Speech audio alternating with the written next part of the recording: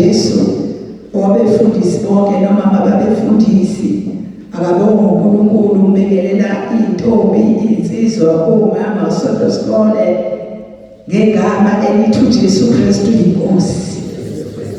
Iyangimangaza bazalwane ukuza kwami lapha. Iyangimangaza ngoba ngazi ukuthi uJesu Kristu bengeyona inkosi ngabe ngihamba ngani. Ngizokwethula ubufakazi bazalwane.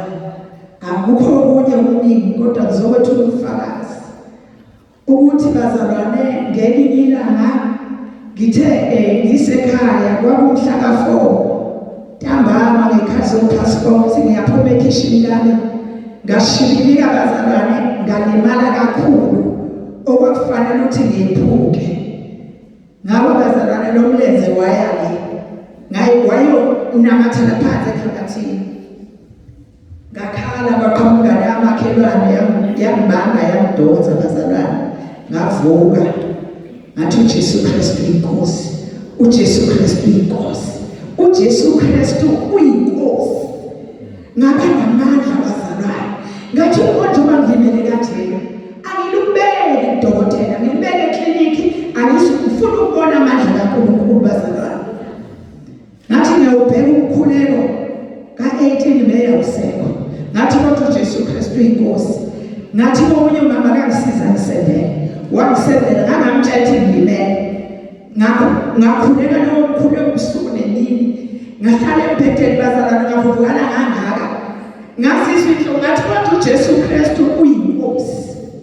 ngangephuke ngisho la bazalwane kodwa nekusho bafika abalulekayo bangiluleka ukuthi ngihambe ngiye ekliniki ngathi cha angizukuye ekliniki bathi yini imali ngathi cha kakhulu kodwa uJesu Kristu inkosi. bathi hawo kodwa Nkosi yami bathi kodwa uJesu phela siyamazi ukuthi uzokusiza kodwa Nkosi yami yaphela lento ifuna kodwa ngathi uJesu Kristu inkosi.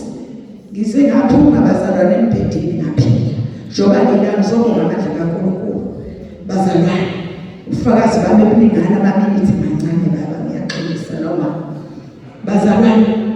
ngelinye ilanga ngivuma izolo mina mhla ka22 May ngavuma izolo bazalwane. bazalwane simangalisa ngazi noma uvuma izolo ukayibona lento engayibona ngenkathi ubaba sebande sekhuleka sengivumile zonke izono zami bazalwane. kwakukhona ngishathi uSathane angazisho uzothini noma bekhuluma kodwa ngayikhuluma ngoba uSathane uyaqhamuka eceleni uzovuma izono bazalwane athi sifihle lesikhathi sifihle ukuthi avusele sona. ngavuma izono bazalwane ngatshela ubaba yonke into ngatshela ukuthi nginomntwana wami babesemando segoli ongasabuyi.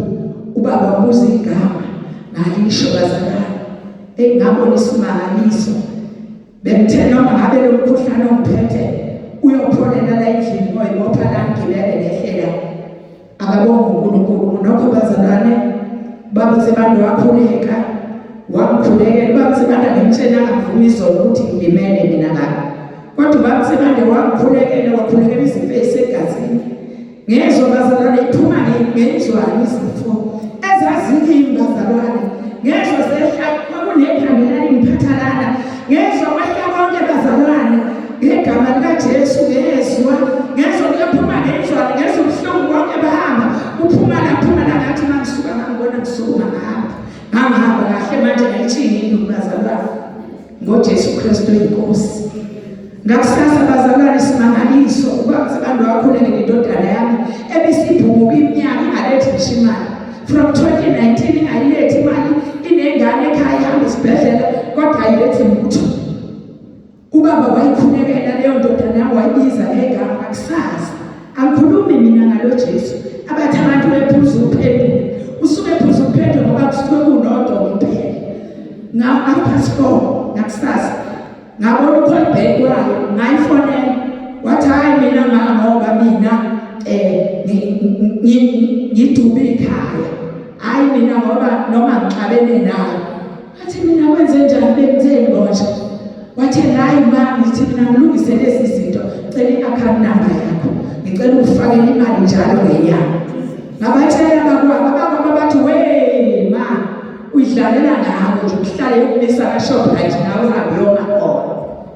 bazalwane mhla ka-31 ngokuphela kwaMeyi 31 ezifona ikhala wangena imali wafona wathi kusukela namhlanje koze kube ubeyozayo hambe ngoyivuselela futhi ngizothi uJesu Kristu inkosi uJesu Kristu inkosi ngelinye ilanga bazalwane sengiyaqeda ngelinye ilanga ngihambe ngiye eThekwini sasikade kunenkonzo enkawini kwakumhlaka 22 October bazalwane mangena etekisini eyangisapha right la engiyakhona uvele ubona abantu beqhele etekisini phakathi bebaneka kulesithi esemva kwa-driver ngithi ngiyabuka ngihleli kwesinye isitalo hawu intombazana nayo iyadlikiza iphethe ingane lomunye adonsa ingane hawu ngithi konje uthe umkhuleko uthe ubaba uSibande asilwe ngegama lethu Jesu Kristu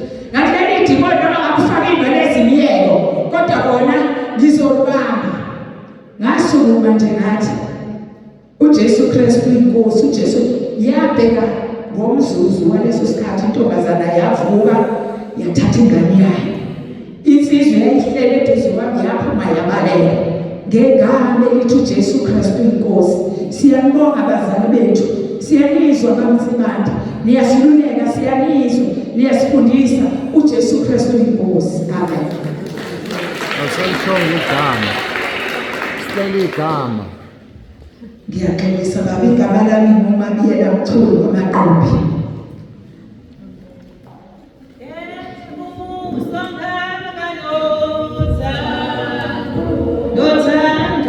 No